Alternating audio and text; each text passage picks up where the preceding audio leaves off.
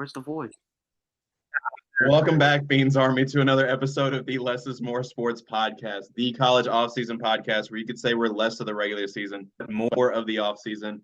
After neglecting college basketball basically the entire summer, we now have back-to-back episodes where we will be talking about college basketball just in time before we get to our coveted cap or no cap later on this month.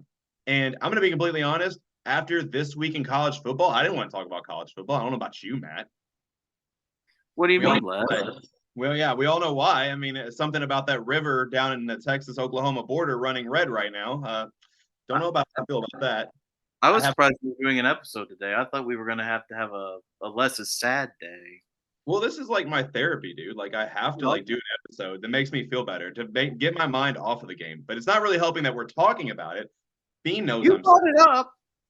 Yeah, I did bring it up. You're right. This is I didn't say that it wasn't self-inflicted, Matt. I'm just saying this is usually how I cope with my sadness. I mean, how many times have I like gotten in a breakup and done a show the same day? I mean, come on, guys. Ooh, I just got really personal for a second. The limit does not exist as far as I know. Love the Mean Girls reference within all of that. Also, this episode is brought to you by the Goat Man and the Reverend. I don't really understand Matt's Goat Man name for this episode, but I'm the Reverend because if you do follow me on social media, I am ordained in the state of Kentucky. So if you are in the Commonwealth of Kentucky and you are looking to get married soon, you can book me to officiate your all's wedding. I did it last night for the very first time for my cousin Brian and his wife Tiffany, which shout out to you guys, by the way. Love you guys. This episode is a shout out to you all.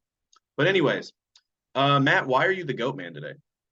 Oh, I just went to Pope Lick this morning and I'm feeling inspired. Went for a jog in the park, walked into the really cool stuff they have there, went on an exploration. Pope Lick Goat Man. They're having a festival this week, the 13th and 14th. So yeah, that'd be cool. I can't go because I'm actually going to be out of town for a bit, but so I made up for it by going this weekend, and I do not regret it because it was great. I got a picture with the Goat Man, and that's what matters. Did you get to go on the train tracks? No, they don't want you to because people have actually lost their lives looking for the Pope Lick Goat Man because it's an active trestle. You're right. So they've gone I'll up just there. leave it at that. I'll just leave it that is an active trestle. I'll leave it at that. Well, I won't don't say go up anymore. there. I will not say anymore. Human versus train is not a matchup the human will win. Agree to disagree. Just kidding. Obviously, do not do that. Be safe, everyone. Yes. I think it's officially time to actually get into the main topic of this podcast, which the college basketball schedules have officially been released. And we want some fan interaction. We want you all to tell us what games you all are looking for you all are looking forward to, if I can talk, the most. As typical Matt and I fashion, I'm going to give the top 5 marquee matchups that I'm looking forward to, and I will try to not be a complete homer with my list. And in typical Matt, aka the Goat Man, fashion, he is going to give you the top 5 in-season tournaments that you're not thinking of. So no Champions Classic for him. It's all the sleeper tournaments. Now watch I say that, and he actually does have the Champions Classic on there. I do not. I gave myself a standard. I gave myself a standard. As always, all right. As always, though, I dominate the intro. So Matt, what is your number 5 in-season basketball tournament that we are not talking about? Number 5, I'm going to start with the Sunshine Slam in Florida. You've got Florida State, UNLV, Colorado, Richmond, Siena, Central Michigan, the University of Milwaukee, the University of Wisconsin, Milwaukee, that, and Stetson. And that's going to be a fun tournament, primarily for one team, and we'll get to them in the cap or no cap episode. And that would be the Colorado Buffaloes. I'm very excited to see this. We've talked about their football team ad nauseum. We all know that. It's been pretty annoying. Well, not annoying. We've talked a lot about our beloved Coach Prime, but let me tell you something that you need to be paying attention to what's going on in Colorado because they are going to be a force this year. And it's basically on the backs of a guy that got a transfer from TCU, center Eddie Lampkin Jr. I really like him. I'm high on him. He's going to be great. and they have one of the best small forwards in the country in Tristan da Silva, or best forwards period in the country in Tristan da Silva. He's absolutely incredible. And let me tell you, Colorado has a very deep roster with some very good players. And I think they're going to be the winner of that tournament. But I'm also interested to see Florida State. For those of you who don't know, Florida State had a very disappointing season last year. And I'm interested to see how Leonard Hamilton will change the course of the program going forward. I think Colorado wins. I'm really excited to see Richmond and Stetson. Stetson is one of those teams who I was kind of high on last year. We'll talk about them later too. I like Colorado to win this, but this field is really good. Nobody's going to talk about it, and it'll be your first chance to see the Colorado Buffaloes, who are a team I'm not hearing a lot about in the Pac-12, that are going to make the tournament and make some noise when they get there. Colorado finds a way to make its presence known on our podcast yet again, but this time on the hardwood instead of the gridiron.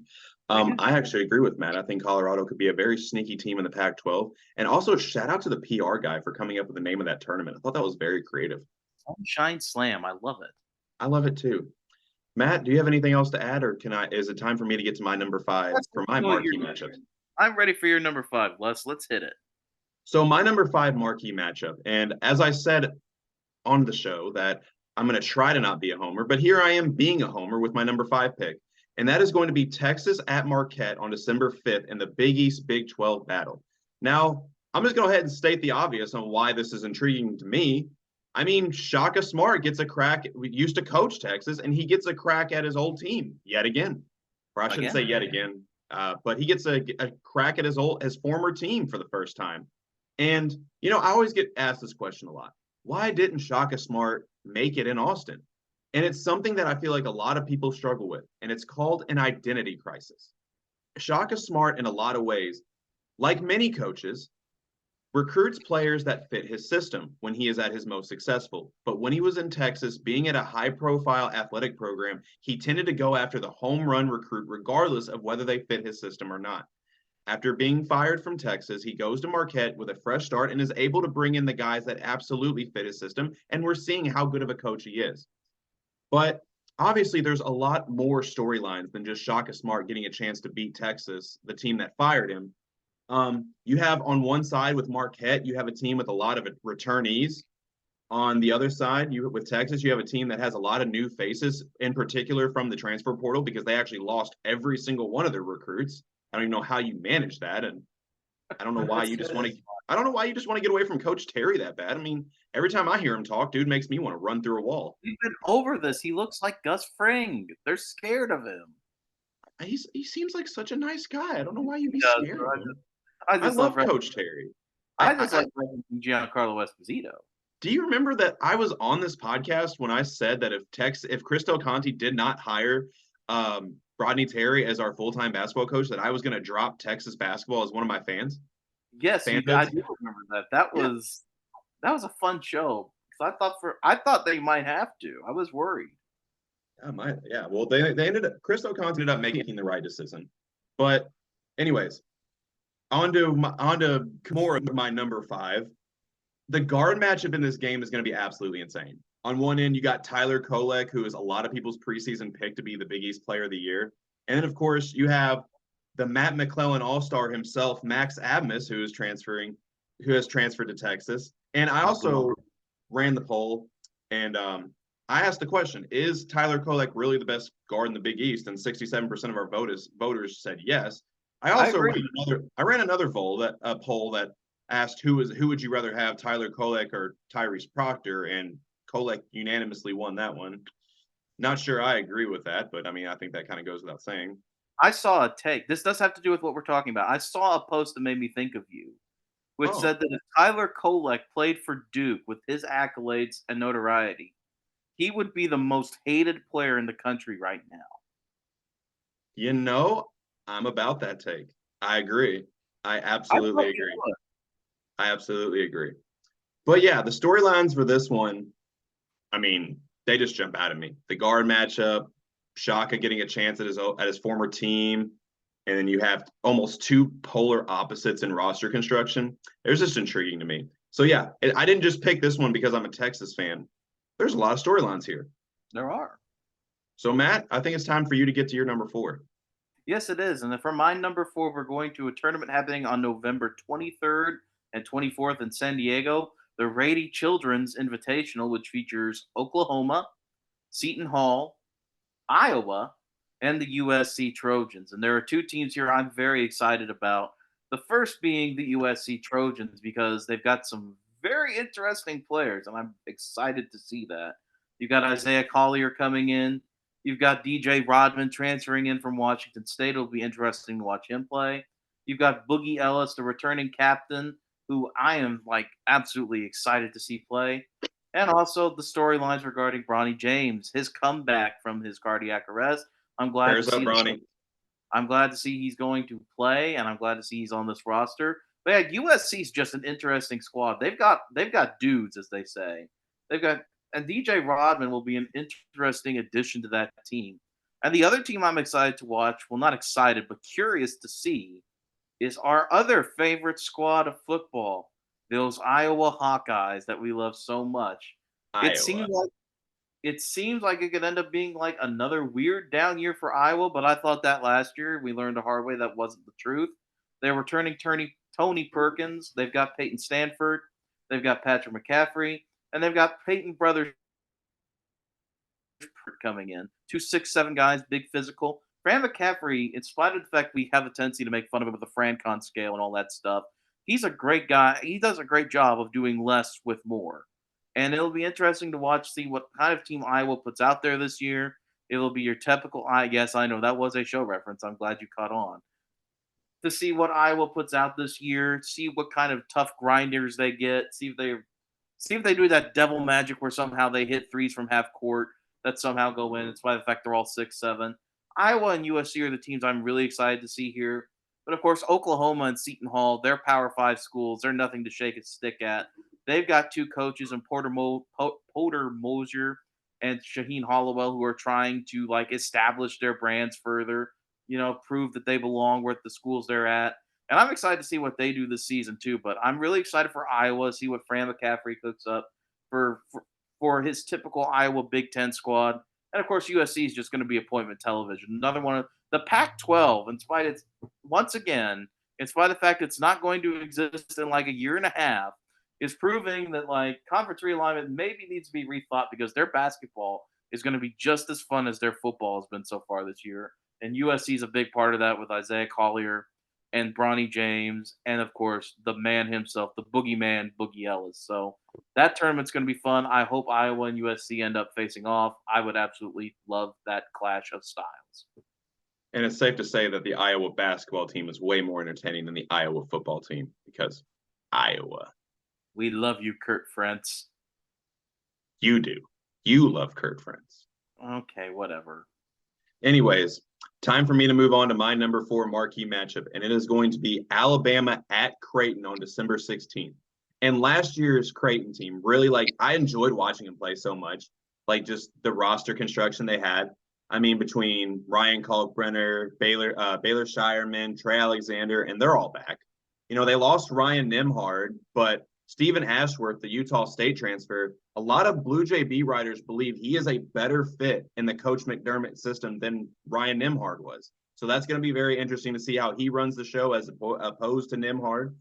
So, yeah, I mean, we're talking about a team in Creighton last year that did go to the Elite Eight and had a lot of talent. And when fully healthy, they were just in a tough conference and then just in a battle night in and night out. But it's going to be interesting to see how they do this year with a lot of those guys returning. Of course, Kaluma transferred out, so that's going to be another loss they're going to have to address. But anyways, it's going to be interesting to see how they do with a point guard that supposedly is a better fit in their system this year as opposed to the one they had last year. But then, of course, on the other side, you have Alabama, who last year was one of the best teams in the country. And, of course, they have one of their better players in Mark Spears returning. And, of course, they still have Nate Oates, who is one of the best coaches in the nation, on the sideline. And, of course, the big loss that everyone's talking about, Brandon Miller, top 3 pick in the NBA draft, he's gone. However, they do have the college basketball unicorn in Grant Nelson coming in to take his place.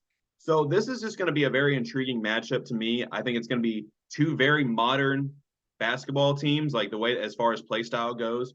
And also it's going to be a chance to see Grant Nelson in really one of his first marquee big time matchups of the season.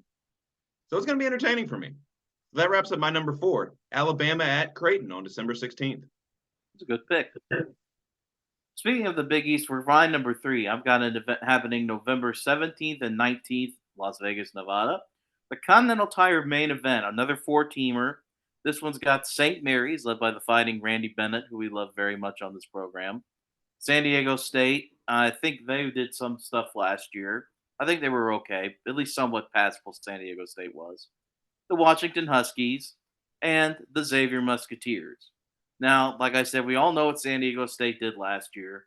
Xavier, of course, is a friend of the program. Shout out to Davion, wherever he is today. And St. Mary's is always one of those consistent teams that somehow beats Gonzaga once a year and somehow and almost makes the Sweet 16 every year, but somehow flounders at the last second. But the team I'm excited to talk about with this one is actually Washington. Yes, I know I'm high on the Pac 12, but let me explain this one. Washington is one of the more intriguing rosters out there to me because they've got a lot of veteran guys coming in that play mostly skilled position or not skilled positions that play mostly guard-esque positions. They've got Severe Wheeler coming in from Kentucky. They've got Paul Mulcahy coming in from Rutgers, a guy who I know personally very well from watching him play Indiana. That's a good veteran leader. They've got Moses Wood coming in from Portland. He's a guy who flew under the radar, 6'8" forward. And Anthony Holland from Fresno State, another guy I'm high on. But they also have Keon Brooks Jr. on roster, and they're bringing in some good guys like Wesley Yates, the number 8 overall shooting guard. That's a very good, sneaky good roster, especially with the guard play. And if there's anything we've learned, is that good guard play can carry you very far, especially when that's veteran. And in a tough conference like the Pac-12, you're going to need that. I think that'll be my probably first opportunity to watch Washington play, and I don't know if I'll be able to do that again because of the combination of them being on the West Coast, and who knows what network they'll be on. But I think Washington is another one of the, and we'll get into them more later, is another one of those sneaky good teams that could end up busting a couple brackets, sneaks in as like a 7, 8, 9 seed, and ends up going to like an Elite 8 styled run because they've got good veteran guard play, and I'm very excited to see them, especially facing off against a team like San Diego State, which lost a lot but returns a lot of veterans. We all know what St. Mary, the Gales, are capable of with the way they've constructed their roster year in and year out. And of course, Xavier, a Big East team with good guard play. But I'm excited to watch the Washington Huskies for my number 3 pick in the Continental Tire Invitational. For two people that reside on the East Coast, the West Coast is getting a lot of love on this podcast, and I absolutely love it. It's what we do. We try to spread the love. That's what we do because Jesus loves you. That's trash talk, you know. In a loving way, though. Loving trash talk. In a loving trash talk. Anyways, my number 3 is pretty self-explanatory, and I'm not going to have to go into too much detail because it basically speaks for itself. Also, sticking to the Big East Big 12 battle, on December 1st, we have UConn going to Allen Fieldhouse to face the Kansas Jayhawks. And the narratives speak for themselves. It's the last 2 national champs. Kansas is the preseason favorites to win the national championship this year. And of course, even though most basketball fans aren't really fans of big man play anymore, you have one of the best big man battles in the country on this game between Hunter Dickinson and Donovan Clingan. And that in itself is worth the price of admission. So that wraps up my short and sweet number 3 marquee matchup. Matt, get into your number 2, my friend. My number 2 tournament. This is probably the most well-renowned tournament I picked, but the field was just so good that I couldn't leave it out. And that's the ESPN Invitational, which is in Lake Buena Vista, Florida, November 23rd, 24th, and 26th. This is a very solid field, and here we've got Penn State, Texas A&M, Florida Atlantic, Butler, Iowa State, VCU, Boise State, Les's favorite team, and the Virginia Tech Hokies. And there's a lot I could say about this tournament. The first thing that strikes me is VCU and Penn State in the same tournament a year after Mike Rhodes was hired away by the Nittany Lions to replace Micah Shrewsbury. That's part one. Part two is we've already talked a little bit last week about how FAU is poised for another big run and how I called them like, could they be the next Butler apparent? And they're in the same tournament with Butler. I mean, we all know about John L. Davis and Vladislav Golden and how they're returning a great coer for Dusty May. They're going to be an intriguing out. Texas A&M, I forget the exact number. It's insane. It was like they returned 81% of their scoring from last season. That's going to be in, they're going to be a very good team, a very solid tournament team in the SEC. And I'm interested to see Butler. Butler made some interesting moves this offseason, mostly in the form of bringing in Posh Alexander, one of the guys that Rick Pitino sent off from the roster of the St. John's Red Storm. He's a good player. He's going to be a senior guard looking for a little bit of redemption. I think that that's going to be fun. Butler also brings in Pierre Brooks. That's going to be interesting to see how well he does. I mean, this is an interesting Butler roster. They haven't been good for the past couple years, no. But with guys like John Michael Malloy and DJ Davis and Posh Alexander, I think they're going to be interesting to see. And especially with a coach like Thad Matta, that's always going to be interesting to see. Or not, yeah, it's Thad Matta. His second year as a coach, he's just one of those guys, much like Fran McCaffrey, who has that rise and grind mindset that's going to turn out pretty well for the Butler Bulldogs. I'm excited to see what Posh Alexander does.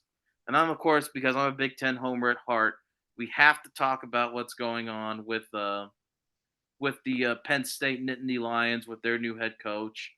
He brought in probably one of the highest impact transfer guys in Ace Baldwin Jr. coming from VCU to the Penn State Nittany Lions. He's going to be intense. DeMarco Dunn, another great addition for the Penn State roster.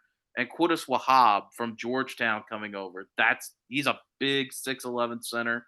They're going to adapt to the Mike Rhodes' mindset pretty well, I would say.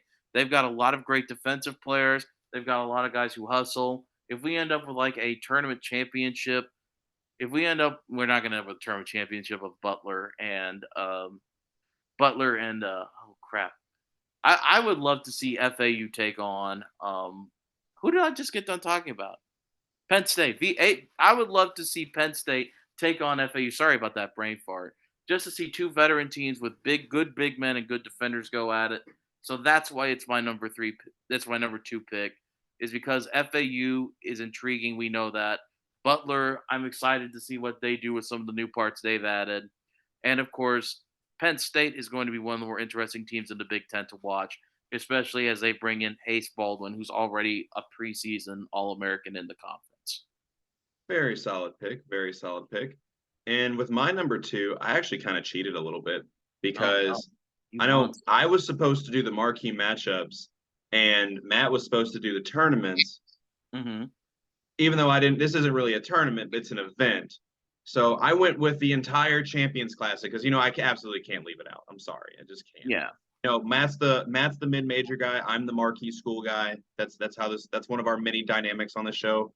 And yeah, you can't leave out the Champions Classic. It's four blue blood programs, and there's almost as many narratives this year as there is all-time wins between the four schools, and it's great. I mean, let's just start with Kansas and Kentucky, the top two winningest programs in college basketball. For most of my life, Kentucky was on top, but Kansas overtook them as of recent years. Kansas is the preseason favorites, as said earlier, and Kentucky, after three straight underachieving seasons, there's reason to be excited this year because coming in, one of, if not the greatest recruiting class of all time, led by DJ Wagner, Aaron Bradshaw, Rob Dillingham, and all them. And this is going to be one of those years that if Cal can't figure it out with this team, he might actually get bounced in Lexington. They might rip away that lifetime contract.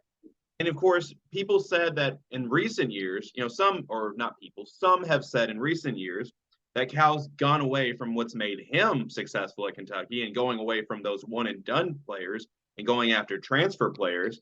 But now he worked his magic again in the recruiting trail and brought in arguably the greatest recruiting class of all time.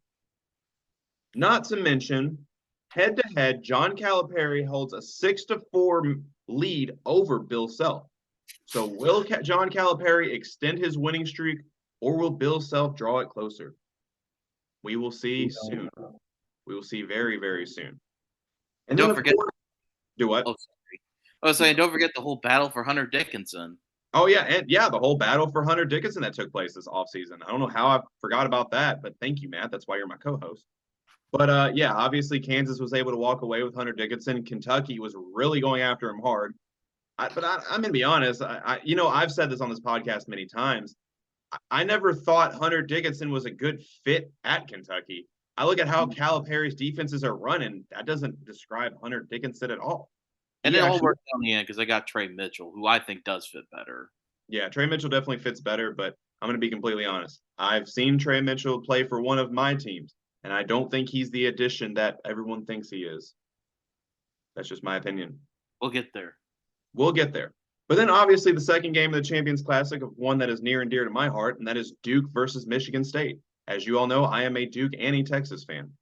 Michigan State is believed to have one of the most talented rosters Tom Izzo has had, arguably since his lone natty in 2000. And many believe this could be Tom Izzo's last chance to win a title. So, what better way to start that campaign than with a win over the Duke Blue Devils? And speaking of those Duke Blue Devils, they returned 4 starters for the first time since 2010, and we all know what happened that year. They won a natty.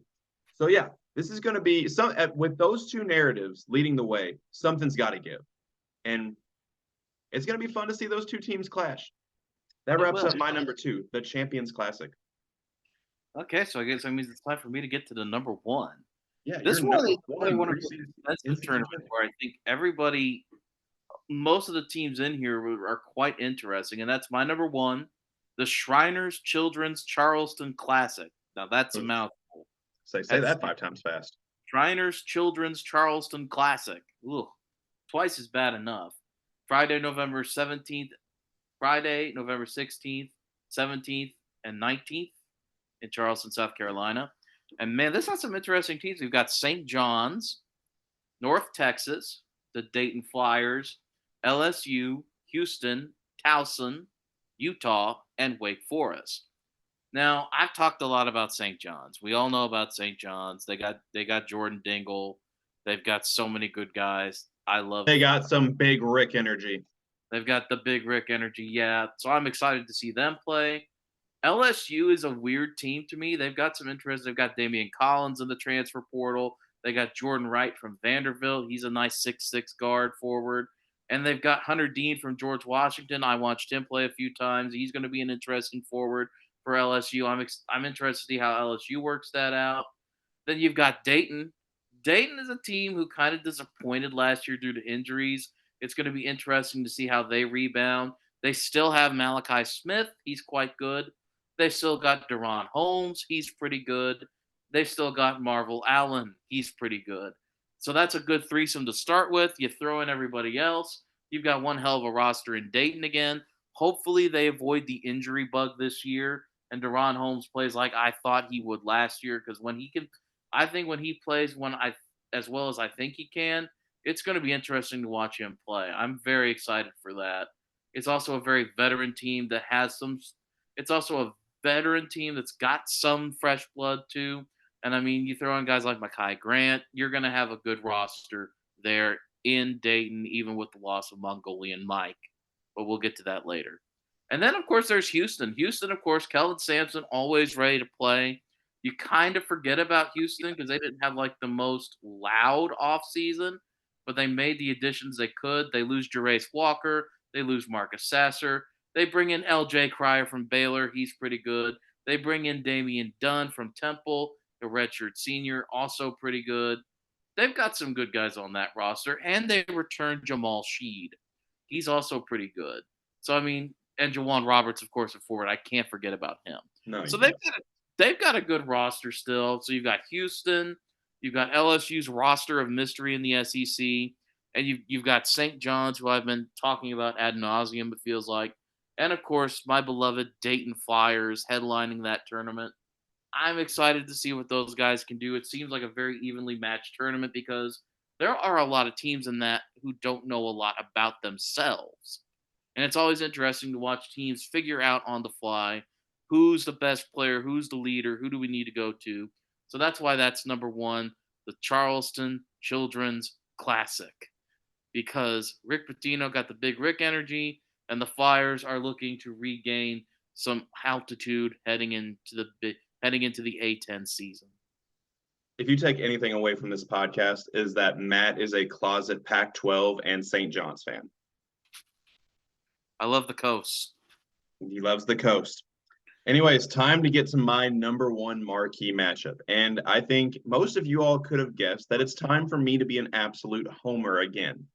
Because you know that my number one marquee matchup that I am waiting for is Duke facing off against Arizona at Cameron Indoor Stadium. And here's the narratives. Come on now. Two historically great programs, two up and coming established head coaches. But most of all, public enemy number one, the guy that is given the most credit for ending Coach K's career, makes his return to Cameron Indoor Stadium, but not as a Tar Heel. And I'm talking about Caleb Love, the guy who had as rocky of an offseason as probably anybody in college basketball.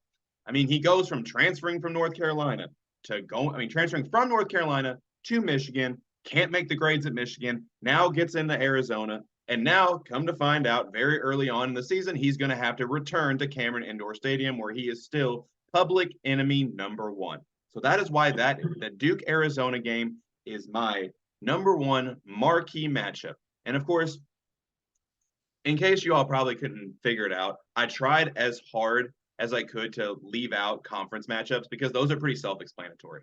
These guys play each other every year. I wanted to pick some non-conference matchups to where it's actually exciting. Your teams are actually facing some people that they're not used to facing. I will give credit though. Arizona has gone out of their way to give themselves a hell of a schedule. Because I need to look it up real quick, but I know they play Purdue in Indianapolis as well. Mm-hmm. So I mean, they're going out of their way to play a lot of really good ball clubs this year. I'm looking it up real quick, see if I can bring up their schedule because I know it's intense. Well, But I mean, Duke. While you're doing that, Duke also goes to Arkansas. yeah, but that's part of the challenge, isn't it? The Big Ten SEC challenge. I mean, the ACC SEC challenge. Yes. Yeah. Here's just some of Arizona's basketball schedule. At Duke, they host Michigan State, they host Wisconsin, Purdue at a neutral site, host Alabama, host Florida Atlantic, and then at USC at some point. I mean, that's a conference game, so it's snuck on here, but that's an incredible non-conference schedule right there. That is, I mean, obviously they play like UT Arlington, but even like the mid majors they play Belmont. Belmont's usually pretty well stocked up, and Colgate is one of those teams that just runs up the score every time they play. Yeah. Colgate plays a high octane offense, and with Arizona, that's going to be even a fun game, even if it's a blowout. So I mean, they didn't take many breaks even when they played their mid majors. But I mean, you could have made like a top five just out of Arizona games, and I'm sure you could have with Duke too, because it feels like they're playing a little. They're playing more upper tier opponents. But Arizona, wow. Yeah, that's a hell of a non-conference schedule. I'm not even gonna lie. That's like a Thanos Infinity Gauntlet right there that they got to go Yes, through. it is. And I mean, they've got the dogs to do it, but man, that's going to be brutal. I don't know if they got dogs. I mean, because from what I hear, everyone's a savage till they're face to face with one. If you get that reference, you're a real one. Oh my god. Ugh. Does that conclude our top fives? Yes, that. Wow, I'm having a word vomit at the end of the show. Usually, it's the beginning of the show when I have my word vomits because I get all excited to hop on the show. But for whatever reason, like I did great at the beginning, and now I'm like falling apart towards the end. I don't know. Maybe it's because I had a busy weekend. On Friday, I was a groomsman in a wedding, and one of my good friend Will Cantler's weddings. So shout out to you, man. So happy that you got married and met the love of your life.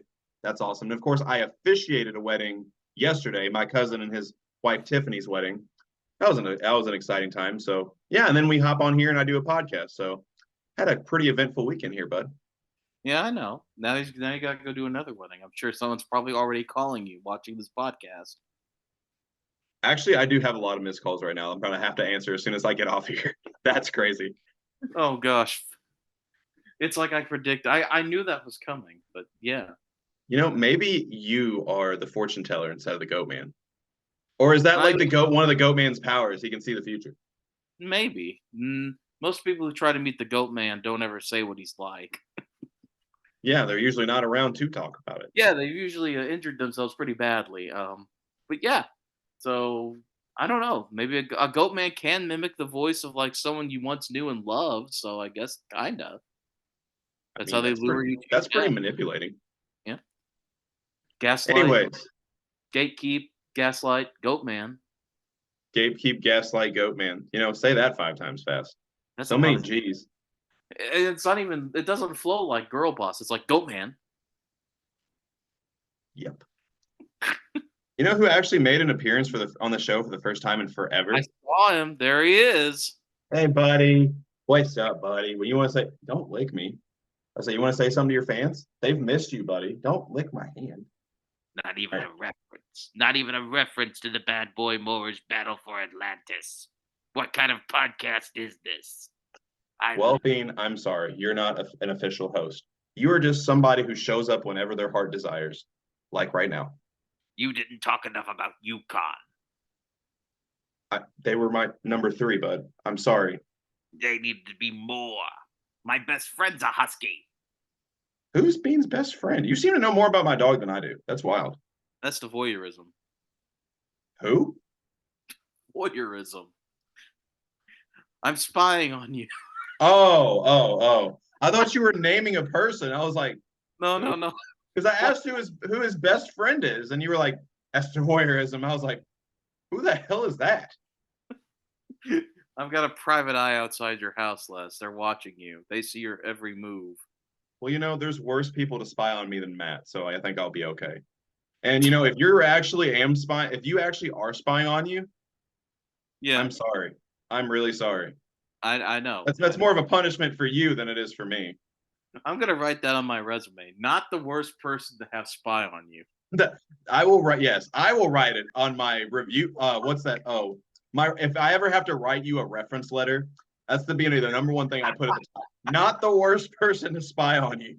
They're gonna come in with that with like one of two things. They're gonna be like, either that he's really weird, or how many people have spied on this guy.